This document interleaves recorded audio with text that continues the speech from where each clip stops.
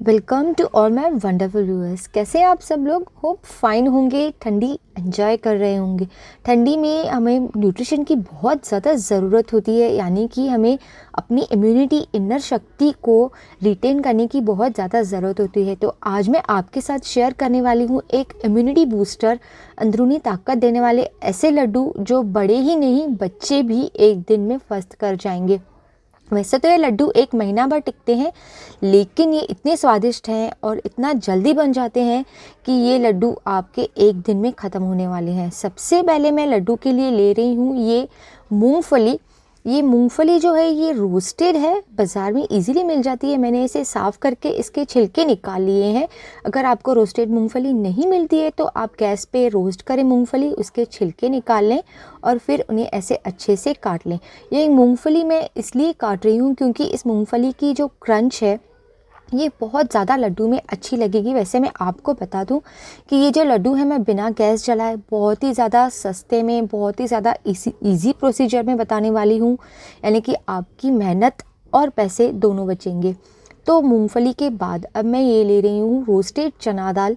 ये रोस्टेड होने की वजह से इसे कुक करने की कोई ज़रूरत नहीं है, ये रोस्ट हुई है, बाज़ार में इजीली मिल जाती है। ये तकरीबन मैंने 125 ग्राम ली हुई है।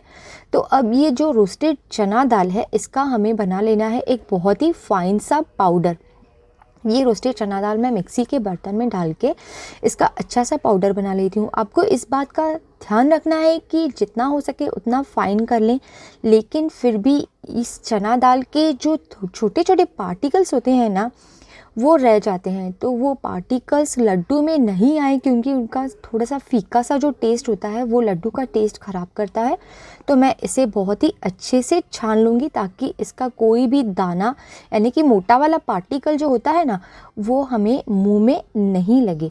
तो मैं इसे छान लेती हूँ। आधा छान लेने के बाद जब ये मैं दाल आधी छान लूँगी तो मैं इसमें ऐड करूँगी तकरीबन 1 टेबलस्पून कोको पाउडर का। कोको पाउडर आप चाहें तो स्किप भी कर सकते हैं, लेकिन अगर आप इसमें कोको पाउडर डालते हैं और इन्हें चॉकलेट लड्डू का रूप दे देते हैं तो बच्चे इजीली आपसे टिफ़िन में रोज़ मांग के लेके जाएंगे और उनकी इम्यूनिटी बढ़ी रहेगी। इंस्टेड ऑफ चॉकलेट, यानी कि वो चॉकलेट खाना प्रेफर करते हैं, उसकी बजाय ये खाएंगे तो बहुत ही ज़्यादा हेल्दी ऑप्शन है। तो इसे अच्छे से चला लें और अब मैं इसमें डाल रही हूँ तकरीबन, जो मैंने माप चना दाल की डाली थी यानी कि 125 ग्राम, उसकी आधी डाल रही हूँ मैं। ये है गुड़। गुड़ का पाउडर आजकल बाज़ार में बहुत ही इजीली और उसी दाम में मिलता है जिस प्राइस में गुड़ मिलता है। ये ऑर्गेनिक लाल गुड़ है। अगर आपको गुड़ का पाउडर नहीं मिलता तो कोई प्रॉब्लम नहीं है, आपने 125 ग्राम का आधा यानी कि 60 ग्राम गुड़ लेना है, उसे अच्छे से खीस लेना है। जैसे हम कोई भी चीज़ खीस लेते हैं और वो खीसा हुआ जो गुड़ होता है ना, वो इसमें डाल देना है। तो अब गुड़ डाल के हो गया है और अब मैं इसमें ऐड करूँगी इसका सबसे इम्पोर्टेंट इंग्रेडिएंट जो इसमें और ज़्यादा जान डालेगा रेसिपी में, वो है घी। देसी घी डालना है इसमें, घर का बना हुआ या बाज़ार का, काऊ का हो या बफेलो का, आप कोई भी यूज़ कर सकते हैं। इसकी क्वांटिटी भी आपको ये ध्यान रखना है कि जितनी क्वांटिटी हमने गुड़ की डाली थी, यानी कि चना दाल की आधी क्वांटिटी डालनी है। आपकी क्वांटिटी इतनी होगी तो आपके लड्डू एकदम बेहतरीन बनते हैं, कभी टूटते फूटते नहीं हैं।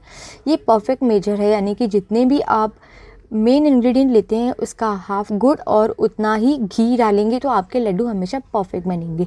तो ये जो मैंने इसमें डाला ये है रोस्टेड मूंगफली जो मैंने पहले आपको दिखाई थी, और अब मैं इसमें डालूँगी तकरीबन 1 टेबलस्पून तिल का। ये क्वांटिटी मैंने इस हिसाब से ली है जितने मैंने मेजर बनाए हैं। आप क्वांटिटी जो है ना वो कम या ज़्यादा कर सकते हैं जितने लड्डू आप बना रहे हैं उसके हिसाब से। अब ये तिल डाल के इसमें हो गए हैं, अब मैं इन्हें बहुत ही प्रॉपरली घुमा लेती हूँ। वैसे अच्छे खाने के साथ एक अच्छी थॉट शेयर करने का भी बड़ा मन कर रहा है। जब भी आप खाना बना रहे हों तो हमेशा एक शांत मन के साथ बनाएंगे ना, तो वो खाना आपके फैमिली को बहुत ही ज़्यादा अच्छा लगेगा। हमेशा जब भी आप सर्व करते हैं तो भगवान को प्रे करके उन्हें सर्व करें कि उन्हें अच्छी हेल्थ दें, मेरी फैमिली को इस खाने से अच्छी हेल्थ मिले। तो ये देखिए ये बनके तैयार हो गया है। अगर आपको लगे कि थोड़ा सूखा लग रहा है तो ऊपर से आप ज़रा सा घी ऐड कर सकते हैं, अदरवाइज़ ये जो मेजर है ये एकदम परफेक्ट होता है। तो मैं इससे आपको एक अच्छा सा लड्डू बना के दिखाती हूँ कि कैसे लड्डू बनाना है। वैसे एक अच्छा परफेक्ट लड्डू बनाने का एक ट्रिक होता है छोटा सा, मैं वो आपके साथ लास्ट में शेयर करने वाली हूँ, ज़रूर देखिए। तो एक रेसिपी मैंने विंटर्स के लिए बनाई थी, जो कि थी बिना गैस जलाए आटे के लड्डू। अगर आप चाहें तो वो रेसिपी चेक कर सकते हैं, मैं लिंक डिस्क्रिप्शन बॉक्स में दे रही हूँ। ये मेरा लड्डू बन के तैयार है और आप देख रहे होंगे कि लड्डू इतना बेहतरीन बना है कि आपके बच्चे देखेंगे और इसे चॉकलेट बॉल समझ के फटाक से खा लेंगे। उन्हें पता भी नहीं चलेगा कि वो टेस्ट के साथ हेल्थ भी कंज्यूम कर रहे हैं।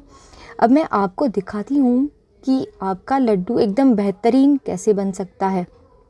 ये देखिए, ये जो लड्डू है ना, इसे अच्छे से जब आप घुमाते हैं तो इसे हाथ से ऊपर नीचे जब करेंगे ना, जैसे बॉल करते हैं, तो आपका लड्डू अच्छे से घी भी छोड़ेगा और बहुत ही ज़्यादा बेहतरीन बनेगा, यानी कि उसका शेप बहुत अच्छा आ जाएगा।